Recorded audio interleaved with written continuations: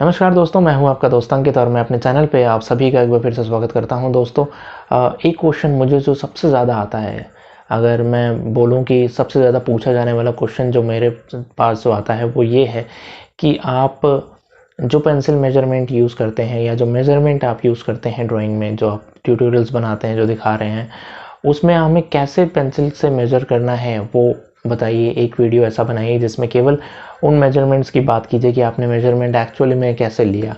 हालांकि मैं बहुत इलेबरेटिव वीडियोस बनाता हूँ, बहुत रियल टाइम बनाता हूँ, स्टिल फ्यू बिगिनर्स को ये प्रॉब्लम है कि वो बिल्कुल नहीं समझ पाते कि कैसे मेजर किया गया, कैसे रेफरेंस को ट्रांसफ़र किया गया, वैल्यूज़ को एक साइड से दूसरी साइड पे। और कुछ लोग उसके बारे में इन डेप्थ जानना चाहते हैं कि वो किस तरह से हमारी ऑब्जर्वेशन को इन्हांस करता है बाय टाइम, और किस तरह से हम उसको सीख करके ऑब्जर्वेशनल ड्राइंग को अच्छा कर सकते हैं, बेस्ट कर सकते हैं। खास करके जहाँ हमें लाइव डेमोन्स्ट्रेशन करना हो, किसी को बैठा करके अगर पोर्ट्रेट करना हो, तो फिर वो कैसे हमारे लिए हेल्पफुल रहता है। तो आज ही चलिए इस बारे में बात करते हैं। कुछ प्रिंट आउट्स थे मेरे पास में पहले के पड़े हुए, तो उसके बारे में मैं आपसे एक क्वेश्चन करता हूँ पहले तो सपोज कि ये एक इमेज है जिसका प्रिंट आउट मैंने लिया है, और अब इस प्रिंट आउट में, इस पूरे इमेज में आपको क्या दिख रहा है। तो आप बोलेंगे कि हमें तो पूरा फीचर्स नज़र आ रहे हैं, आई नज़र आ रही है, नोज़ नज़र आ रहा है, लिप्स नज़र आ रहा है, एंड देन उसके बाद हेयर नज़र आ रहा है। बट एक अच्छे आर्टिस्ट को आपको पता है क्या नज़र आ रहा है? केवल इसका फ्रेम नज़र आ रहा है, केवल इसका स्ट्रक्चर नज़र आ रहा है, जो आर्टिस्ट सबसे पहले देखता है किसी भी इमेज को जिसको उसको ड्रॉ करना होता है, या फिर अगर उसको ड्रॉ नहीं भी करना होता है, किसी से भी जब वो मिलता है अपनी लाइफ में जितने भी लोगों से, तो उनके फ्रेम को देखता है, उनके स्ट्रक्चर को देखता है कि कैसे उस फेस को बनाया हुआ है, कैसे उस फ्रेम को, उस फेस को फ्रेम्स के थ्रू आप ढाल सकते हो। लाइंस के थ्रू देखने की कोशिश करता है, कर्व्स के थ्रू देखने की कोशिश करता है, ना कि उनके पर्टिकुलर फीचर्स को देखता है। अब ये बात समझ में आनी इतनी आसान नहीं है। क्यों? क्योंकि आप अभी उस लेवल पे नहीं सोच रहे हैं जिस लेवल पे मैं आपको चाहता हूँ कि आप उस लेवल पे जा करके सोचें। तो अब जैसे देखिए, आपने, अगर आप मुझसे पूछेंगे कि मुझे इसमें क्या दिख रहा है, तो मैं बोलूँगा अगर मुझे इसको ड्रॉ करना है तो मुझे एक वर्टिकल लाइन दिख रही है, एक हॉरिजॉन्टल लाइन दिख रही है सबसे पहले, और उसके बाद मैं उन हॉरिजॉन्टल और वर्टिकल लाइन को H height is to ratio देखूंगा कि कितने बड़े में ये पोर्ट्रेट आ जाएगा, और फिर उसके बाद उसकी ड्राइंग शुरू करूंगा। तो बहुत ही इंटरेस्टिंग पॉइंट है, और ख़ासकर ज़्यादातर लोग गलतियां करते हैं जब वो ड्राइंग करते हैं, और they start to drawing line by line, और वो लाइन बाय लाइन जाना शुरू करते हैं। और मैं बोलूँगा कि ये बहुत अच्छा तरीका नहीं है। जब भी आप लाइन बाय लाइन ड्रॉ करते हैं या केवल आउटलाइंस ड्रॉ करते हैं और फ्रेम को, स्ट्रक्चर को समझने की कोशिश नहीं करते हैं, अगर इस तरह से करेंगे तो आप कितने भी पोर्ट्रेट्स ड्रॉ कर लें, उसके बाद भी आपके अंदर जो एक आर्टिस्ट वाला जो एटीट्यूड होना चाहिए, जो अप्रोच होना चाहिए, वो नहीं आ पाएगा। मैं यहाँ पे कुछ भी नहीं ड्रॉ करने वाला, ये मैं अभी पहले बता दूँ आपको, क्योंकि आप सोचें कि मैं कुछ ड्रॉ करके दिखाऊंगा आपको। मैं आपको आज बस ये दिखाऊंगा कि आपको कैसे ऑब्जर्वेशन को बढ़ाना है, और सबसे पहले जब भी आपके पास कोई भी पोर्ट्रेट आए तो आपको क्या देखना चाहिए, बस इतनी चीज़ पे बात करेंगे। फिनिश नहीं करेंगे उसको, ना ही ड्रॉ करेंगे। तो चलिए इस चीज़ पे आज डिस्कशन करते हैं, स्टूडियो चलते हैं और वहाँ चल के इसके बारे में बात करते हैं। बहुत ही इंटरेस्टिंग टॉपिक है, एंड तक देखिएगा तब आप कुछ सीख पाएंगे इसके बारे में। एक एग्जाम्पल भी दूंगा कि एक बड़े आर्टिस्ट ने क्या कहा है इस टेक्निक के बारे में, और उनका रेफरेंस लेंगे। तो चलिए शुरू करते हैं, इसके बारे में बात करते हैं। तो चलिए दोस्तों, हम आ गए हम स्टूडियो में, और यहाँ पे जो बात आपको समझा रहा था कि जब भी कोई नया आर्टिस्ट एक इमेज को देखता है तो उसको क्या ऑब्ज़र्व करता है और क्या ऑब्ज़र्व उसको करना चाहिए, तो उसके बारे में आज बात करेंगे। आज कुछ ड्रॉ नहीं करूँगा मैं, बस मैं आपको ये बताऊँगा कि जब भी आप कोई एक नया रेफरेंस फ़ोटो देखें, चाहे ये फ़ोटो हो, चाहे मोबाइल में हो, चाहे लैपटॉप में हो, किसी में भी हो, ये कोई फ़र्क नहीं पड़ता कि आप कहाँ से रेफरेंस ले रहे हैं। फ़ोटो के थ्रू या प्रिंट आउट के थ्रू समझाने के से ज़्यादा आसानी से समझ में आता है। एंड सेकेंडली, आपको ज़्यादा अच्छे से सीखने को अगर चाहिए तो आप किसी भी प्रिंट आउट के थ्रू, या फिर आप मैगज़ीन्स यूज़ कर सकते हैं। मैगज़ीन तो बेस्ट ऑप्शन है आपके लिए। कोई भी एक मैगज़ीन आप हमेशा घर पे लगवाइए, चाहे इंडिया टुडे हो, चाहे कोई फैशन मैगज़ीन हो, या फिर जो न्यूज़पेपर जिसमें कि फेसेस थोड़े बड़े साइज़ेस के आपको बहुत आसानी से मिल जाते हैं। आजकल तो डेली टाइम्स वगैरह है, मान लीजिए, इस टाइप के कोई न्यूज़ है। टाइम्स ऑफ इंडिया में भी बहुत सारे ऐसे आते हैं जिसमें फेस बड़े बड़े हों, कैसा भी फेस हो, किसी भी सेलिब्रिटी का हो, बस आपको ड्रॉ करने का, आपको लर्न करना है, आर्ट सीखना फ्रेंड्स। ये नहीं लर्न करना है कि सेलिब्रिटी को कैसे ड्रॉ करना है। सेलिब्रिटीज़ को ड्रॉ करने के पीछे जाने से बेहतर है कि आप ये सीखना शुरू कीजिए कि आपको ड्राइंग कैसे सीखना है, वो उस चीज़ पे ज़्यादा जोर दीजिए रादर दैन कि ये कि हाँ मुझे इस सेलिब्रिटी को ड्रॉ करना है या उस सेलिब्रिटी को। कि जब भी आप किसी एक फेस को देखें तो सबसे पहले आप इसमें अगर आपको कुछ देखने लायक है तो वो ये है कि जो एक वर्टिकल लाइन आपको दिख रही है, अगर ये एकदम स्ट्रेट फेस की मैं बात कर रहा हूँ, अगर ये स्ट्रेट से अलग होगा तो उस पर भी हम बात करते हैं। पहले तो स्ट्रेट फेस की बात करें, जो सामने की ओर देख रहा है, फ्रंट फेस है। अब इसमें एक वर्टिकल लाइन ये नज़र आ रही है और एक आई की लाइन ये नज़र आ रही है। 2 लाइन्स तो साफ साफ नज़र आ रही हैं आपको। तो अगर कोई एक अच्छा आर्टिस्ट जब भी किसी ड्राइंग को देखता है तो ये 2 रेफरेंस लाइन तो ज़रूर देखता है कि ये, and then another one is this, क्योंकि इसके थ्रू बहुत सारे रेफरेंसेस लिए जा सकते हैं। बहुत सारे आर्टिस्ट हो सकता हो और भी सारी चीज़ों को देखते हो, बट प्रिंसिपली अगर आप इसको देख के चलते हैं तो भी एक बहुत अच्छी ड्राइंग कर सकते हैं। तो चलिए इसके बारे में मैं आपको बताता हूँ।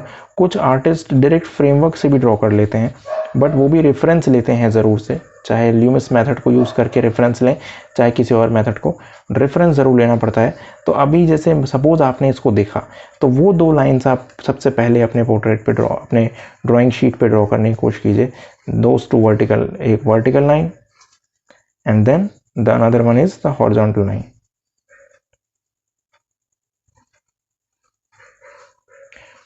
ये 2 वर्टिकल और हॉरिजॉन्टल लाइन जब आप ड्रॉ कर लेते हैं उसके बाद ही सारी चीज़ों को ट्रांसफ़र करने की बात शुरू होती है।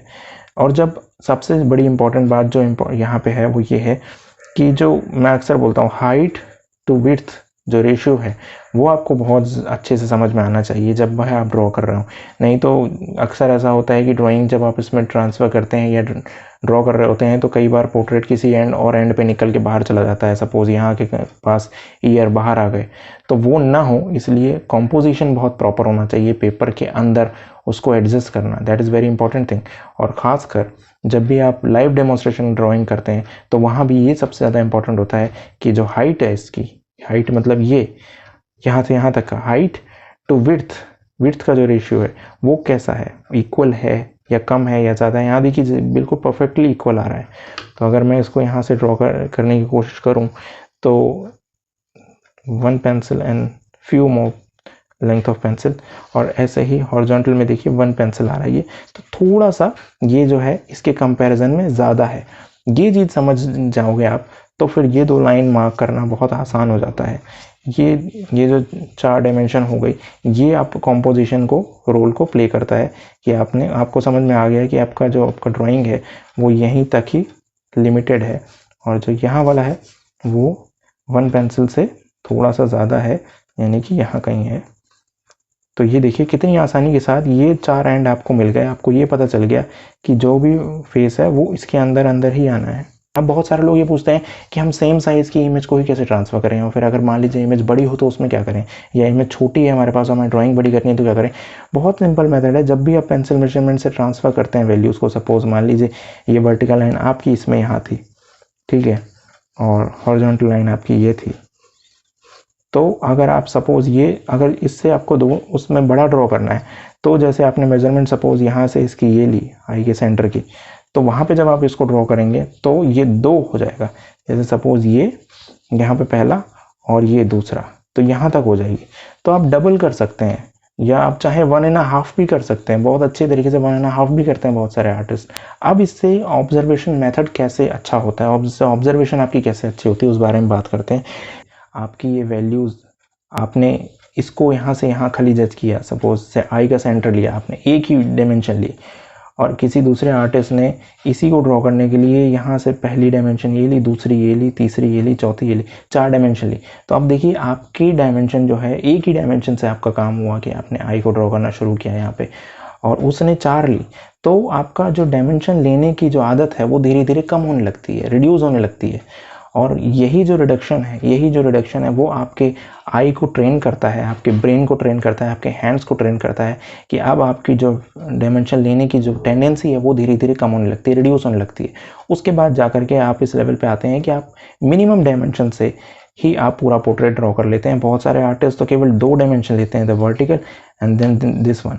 तो 2 डायमेंशन लेकर के ही उसके बाद सारा फ्रेम क्रिएट करके एंड देन अंदर भी कुछ छोटे छोटे डायमेंशन ले लेते हैं, जैसे कि रेफरेंस ले लेते हैं। वो क्या करते हैं कि जो ये रेफरेंस है, सपोज जैसे मान लीजिए आईज के से एंड टू एंड डिस्टेंस जो है वो जब आईब्रो पे रख रहे हैं तो देखिए लिप्स के नीचे आ रहा है इस तरह से।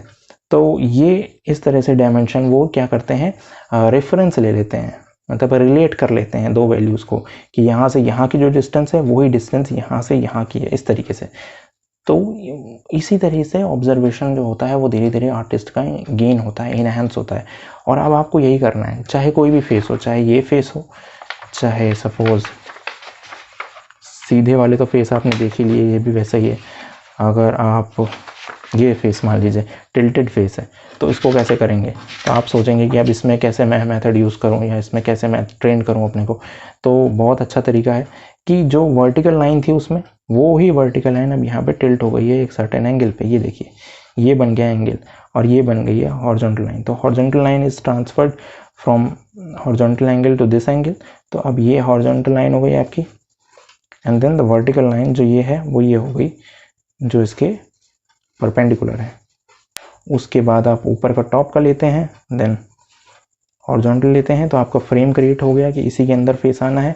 और उसके बाद फिर इंटीग्रल पार्ट्स जो भी हैं इनके इंटीरियर वाले वो आप ड्रॉ करना शुरू करते हैं। जब भी आप लाइव डेमोन्स्ट्रेशन करते हैं या पेंसिल मेजरमेंट यूज़ करते हैं, ये सारे ऑब्जर्वेशन इनहेंस करने की टेक्निक्स हैं जो कि आर्टिस्ट ने ही इवॉल्व की है। अब तो अभी ये ट्यूटोरियल थोड़ा ज़्यादा लंबा हो रहा है, तो मैं नेक्स्ट एपिसोड में आपको बताऊंगा, पार्ट 2 में आपको बताऊंगा कि कौन से वो बड़े आर्टिस्ट हैं जिन्होंने ये रेफरेंस, जिनका मैं यहाँ पे आपको बताऊंगा, शो करूँगा।